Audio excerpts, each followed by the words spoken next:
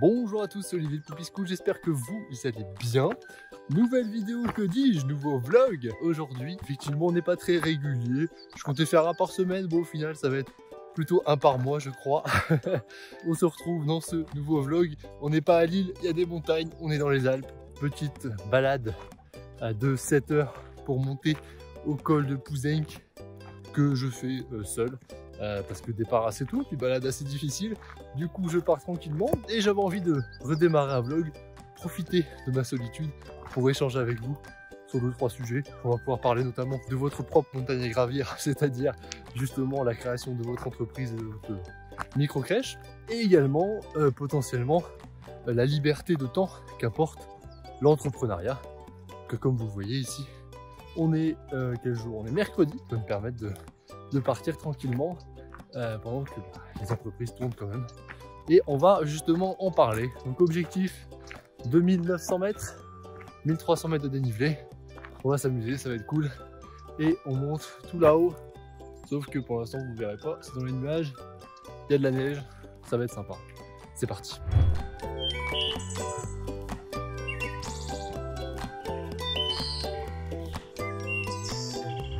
La liberté financière, la liberté de temps, c'est peut-être un objectif pour lequel vous vous lancez dans la création de votre micro-crèche. Et vous avez bien raison. Dans l'entrepreneuriat en général, de toute façon, c'est une des possibilités, bien sûr, si son entreprise est bien gérée, si son entreprise est adaptée, et si on monte son projet en adéquation avec ça. Moi, c'était une de mes raisons principales pour partager, une des raisons principales pour lesquelles je souhaitais créer mon entreprise. Quand j'étais plus jeune, ça fait proche de 10 ans que je vais créer ma boîte, hein, mais même après dans les premières années professionnelles, je dis mais c'est pas possible d'avoir que 5 semaines de vacances. Comment on fait pour profiter dans les années où on est plus en forme, de pouvoir visiter le monde, etc. avec 5 semaines de vacances? Tout simplement, c'est juste impossible. Et en plus, on se rend compte après, quand on devient parent, que ces semaines-là, potentiellement, on les prend durant les vacances scolaires, où c'est pas forcément le meilleur moment pour visiter le monde et profiter justement de ce calme comme vous avez. Vous voyez ici, pour l'instant ça grimpe doucement, d'ailleurs c'est pour ça que je profite de faire les vidéos parce qu'après ça va être un peu plus compliqué. C'est clairement un objectif. Et l'avantage d'une micro-crèche par rapport à ça, sur ce quoi je souhaitais vous partager, on en parle assez souvent avec les personnes qu'on a au téléphone au démarrage du projet. Oui, on va parler argent, hein. On a le droit quand même de parler argent étant donné que vous créez une entreprise. Je sais très bien qu'on ne vend pas un produit ou un service, hein.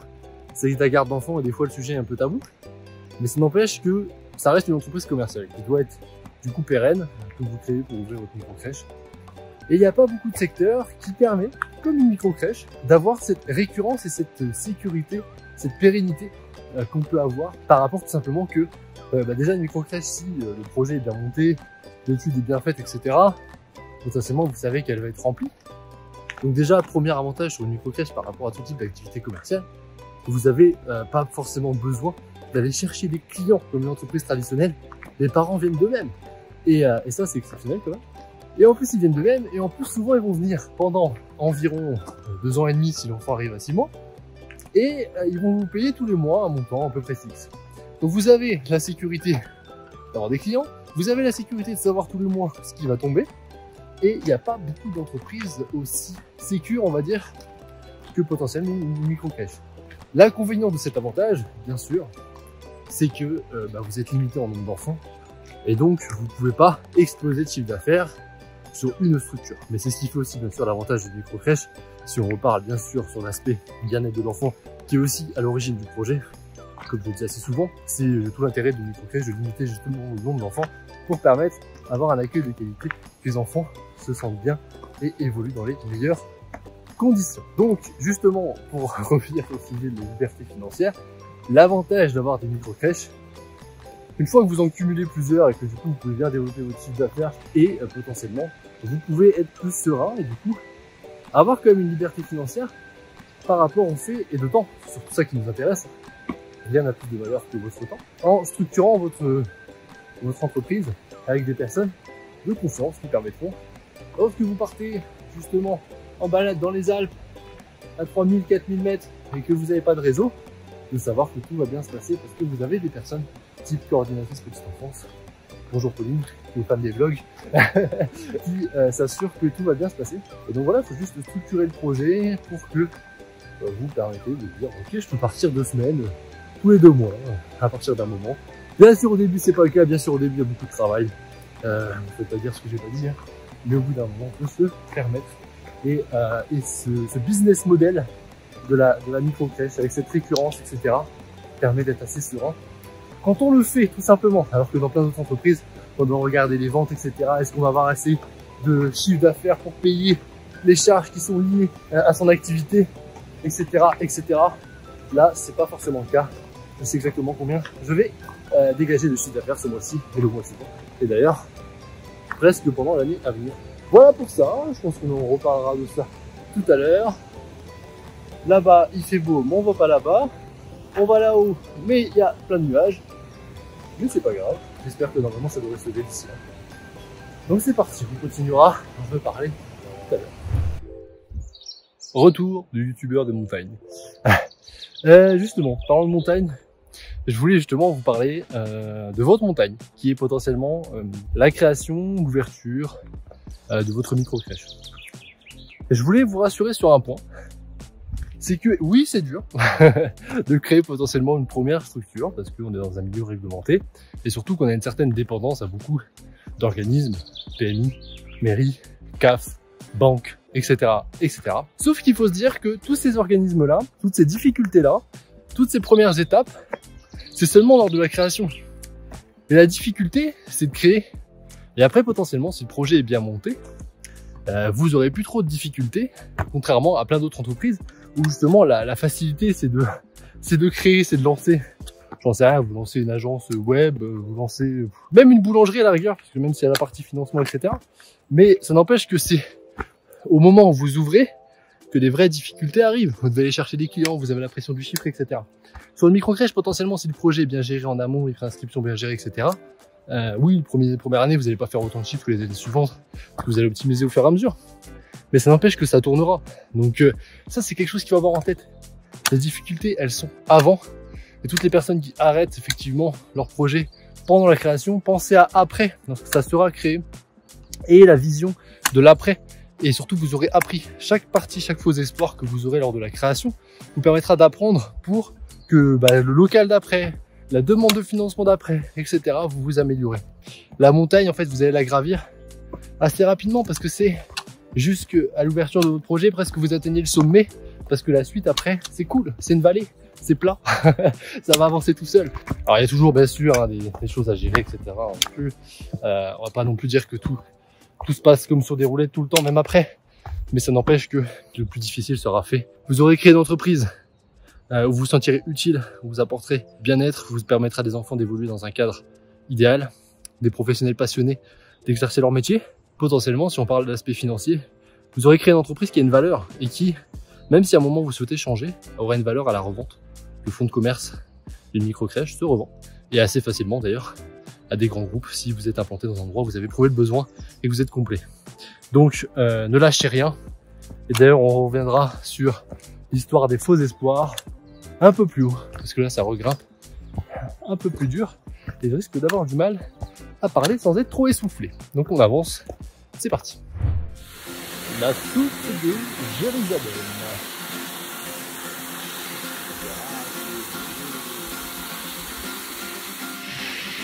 Et pourquoi Jamy, ça s'appelle la source de Jérusalem? Et bien tout simplement parce que à l'époque, tout ce secteur et la source appartenait au duc Jean de Jérusalem. Donc, petite source. Wow. Voilà. Ouh. Ah. On voit le sommet. Ouais. Petite pause, profitons-en. Parlons peu. Parlons faux espoirs, en vous en profitez du paysage. Wow. Je suis envahi par les mouches, magnifique. Il fait 6 degrés, 7 degrés je crois. Mais ça grimpe donc il fait chaud. Faux espoir. C'est quelque chose qui revient à chaque fois, et même durant plutôt les accompagnements des personnes qui sont plus avancées. Vous trouvez un local, et il y a 2 types de faux espoirs. Enfin, les 3 types. Premier type, blocage PMI, vous avez trouvé un local parfait, vous avez le financement, et c'est la PMI qui vous bloque. Deuxième faux espoir, vous cherchez un local et au final, c'est une règle d'urbanisme qui vous bloque.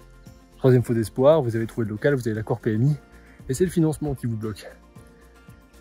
Dans chacun des cas, effectivement, des fois ça peut être définitif, vous allez devoir effectivement changer de local, vous allez avoir un faux espoir et il va falloir remonter, se relever et repartir dans la recherche. Mais la bonne nouvelle dans tout ça, c'est que vous aurez appris. On vous dit souvent, n'importe qui va faire du développement personnel ou des entrepreneurs, c'est avec les échecs qu'on apprend. En l'occurrence, c'est vrai. Et c'est en échouant que vous allez apprendre. Et la fois d'après, il y a des vérifications peut-être que vous n'aurez pas faites avant, que vous allez faire tout de suite. La présentation de votre dossier bancaire sera différente et le contact PMI sera différent. Donc c'est important pour réussir votre projet de ne rien lâcher. Et quand vous abandonnez un local, quand vous abandonnez un financement ou quoi que ce soit, il faut vous dire, est-ce que j'ai fait vraiment le maximum? Et c'est vraiment hyper important. Parce que c'est que comme ça que vous allez réussir votre projet. Quand vous allez voir des banques, vous avez un refus, vous allez voir d'autres banques, faites-le intelligemment. Prenez les conseils que peut vous donner, les conseils utiles que peut vous donner votre banquier. Un banquier qui dit vous n'avez pas 30% d'apport, c'est mort, c'est pas un bon conseil. Par contre, des questions, notez les questions qu'il vous a posées pour les préparer pour les prochaines, améliorez les chiffres, faites une vision différente de votre projet. Vous êtes face à un banquier qui préfère parler chiffres, tu parles petite enfance, parlez chiffres. Adaptez-vous à la personne que vous avez en face de vous. Et pour tout ce qui est PMI, c'est intéressant également de maîtriser la réglementation pour savoir concrètement s'ils peuvent vous arrêter. Parce qu'il y a beaucoup de PMI qui sont négatives. Par contre, il y a très peu de cas où elles peuvent vraiment vous arrêter dans votre projet, étant donné que vous êtes une micro-crèche privée si vous respectez la réglementation normalement et que vous vous installez dans un endroit où il y a du besoin et que vous l'avez prouvé par A plus B par les chiffres. Il n'y a aucune raison qui vous empêche de créer. Donc, quand il y a un faux espoir, on prend ce qu'on a à apprendre, on apprend et on avance et on continue et on ira chercher un autre local. On peut toujours trouver, on peut pas dire, c'est toujours dur de trouver, c'est normal. Sinon tout le monde le ferait, c'est dur de lancer. Encore une fois, comme je vous l'ai dit, un peu plus bas, que effectivement c'est la partie la plus dure, c'est la création. Donc oui, c'est dur de créer, sinon tout le monde le ferait. Mais on y arrive. Et donc pour y arriver, il faut ne rien lâcher. Voilà ce petit topo sur les faux espoirs. C'est vraiment ultra important, c'est ça qui va faire la réussite d'un projet, entre un porteur de projet et un autre. Donc faites la différence, ne lâchez rien et prenez toujours le meilleur de chaque expérience et avancez pour aller plus loin à la fois d'après, tout simplement. Et c'est pareil lorsque vous avez plusieurs opportunités en même temps.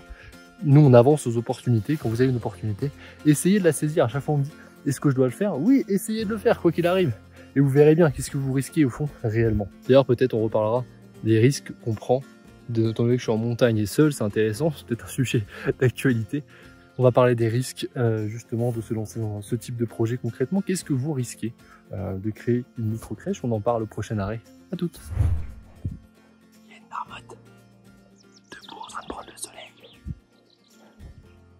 Est-ce que vous pensez que la marmotte elle prend plus de risques que vous de créer une micro-crèche, de rester comme ça en plein milieu du stress? Bonne question.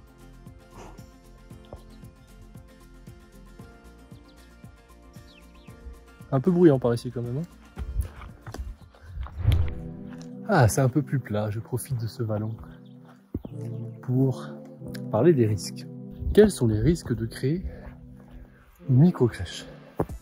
J'ai parlé uniquement des risques inhérents à la création, et pas des risques après création, parce que d'ailleurs je crois qu'il y a une vidéo, sauf erreur de ma part, sur YouTube, dans laquelle j'ai partagé justement les risques liés au fait d'être gestionnaire.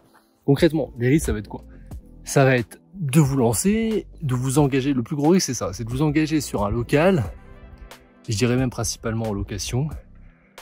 Vous avez dû avancer certains frais, agence, loyer d'avance, etc. Et malgré le fait que vous avez mis les conditions suspensives dans la promesse de bail, qui fait que vous pouvez arrêter votre bail parce que vous n'avez pas obtenu votre financement ou la PMI n'a pas donné l'accord, bah cet argent-là, vous l'avez perdu. Voilà à la rigueur le risque principal. Idem si vous vous engagez sur un compromis de vente et vous avez donné un acompte, que je vous déconseille d'ailleurs. Mais admettons, des fois certains le demandent et puis si c'est le local parfait et que c'est une condition indispensable pour obtenir le local, bah, on peut être amené à mettre un apport en acompte tout simplement. Et du coup potentiellement vous perdez cet apport. C'est ça les risques principaux à la rigueur lors de la création. Mais à part ça concrètement il y a quoi? Demain vous achetez un local, vous avez été jusqu'au bout. Normalement, si vous avez fait le boulot, d'ailleurs comme on fait au travers de l'accompagnement, vous avez fait les vérifications, vous avez eu des contacts avec la PMI, etc. Donc vous savez que potentiellement, le local est adapté et idéalement, vous contactez la PMI pendant les travaux pour vous permettre de vous assurer que vous allez dans le bon sens. Vous avez fait valider les plans, etc.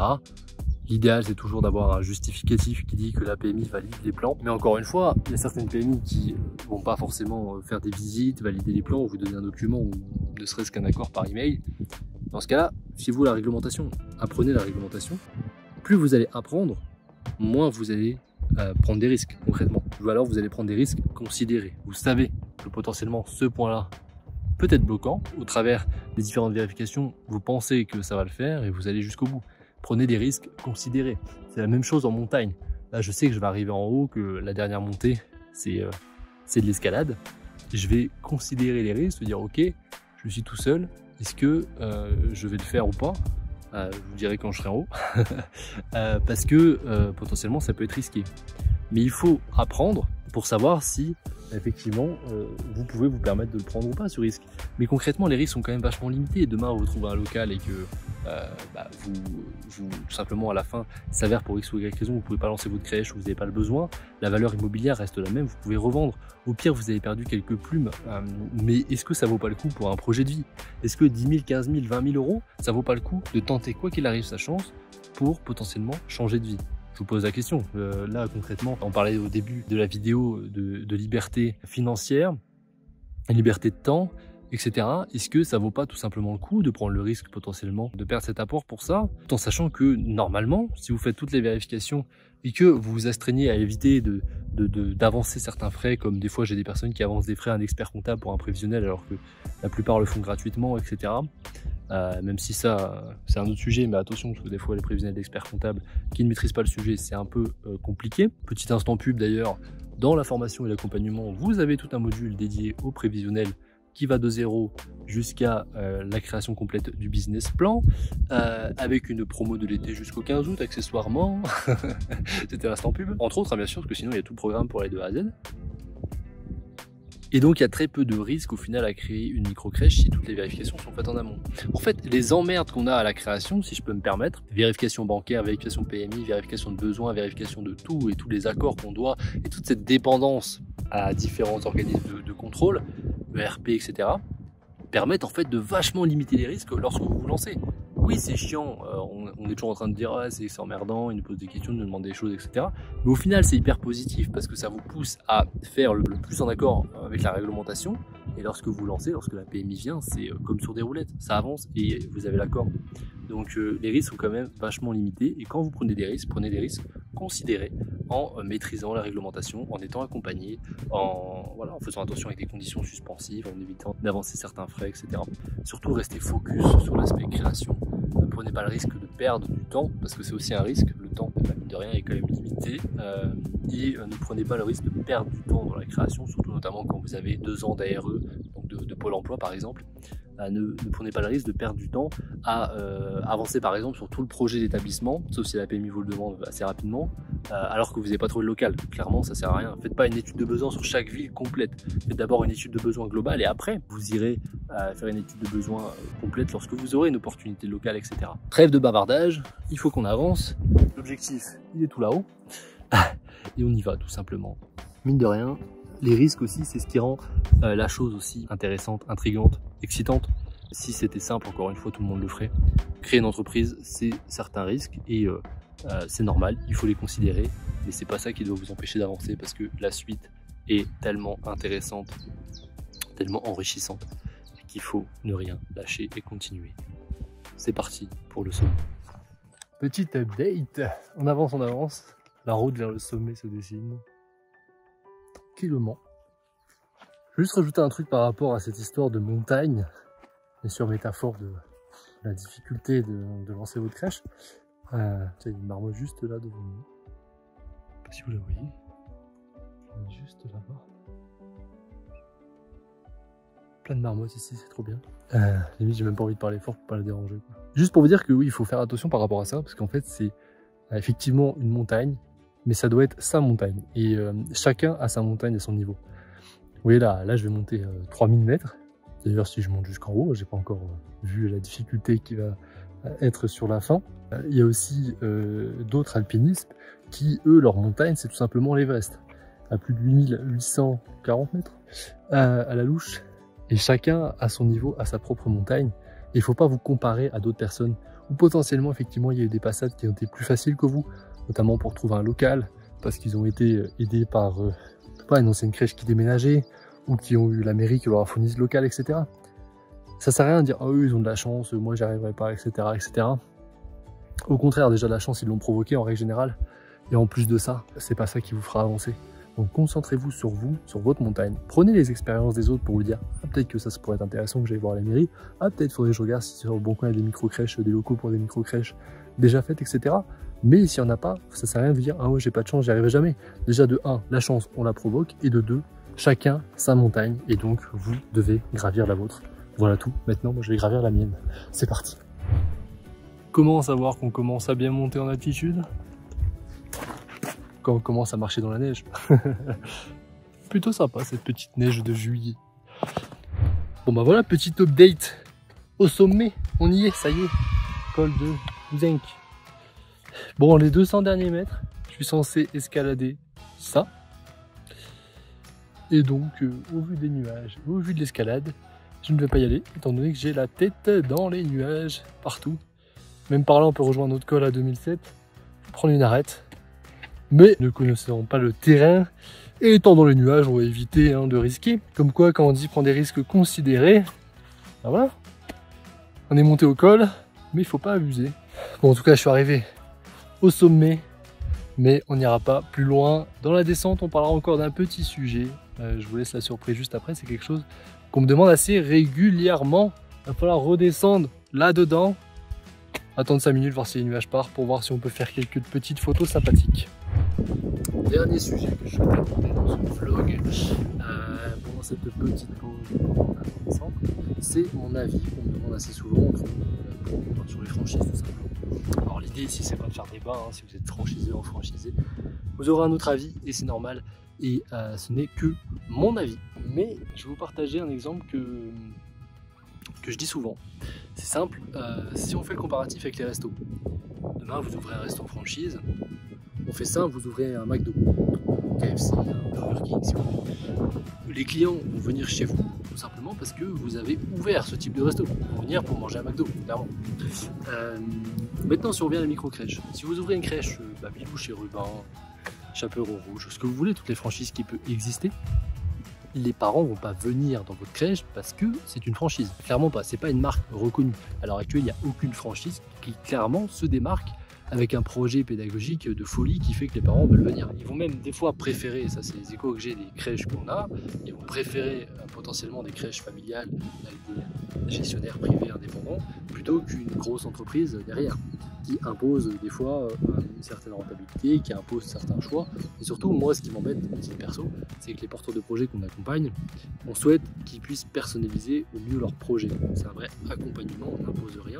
Et c'est pour moi ultra important parce que, étant donné que derrière, c'est des enfants, il faut que les gestionnaires souhaitent simplement se mettre à fond dans le projet et souhaitent le personnaliser tout simplement. Donc, il n'y a pas d'intérêt à débourser des sommes énormes pour des franchises, plus un pourcentage sur vos chiffres d'affaires, plus que l'ensemble de vos crèches que vous allez créer ensuite, souvent pendant 5 ans, sous leur enseigne, et en plus avec un reversement à chaque fois, Au final, à l'heure actuelle, une franchise, c'est vraiment simplement un accompagnement personnalisé, quoi.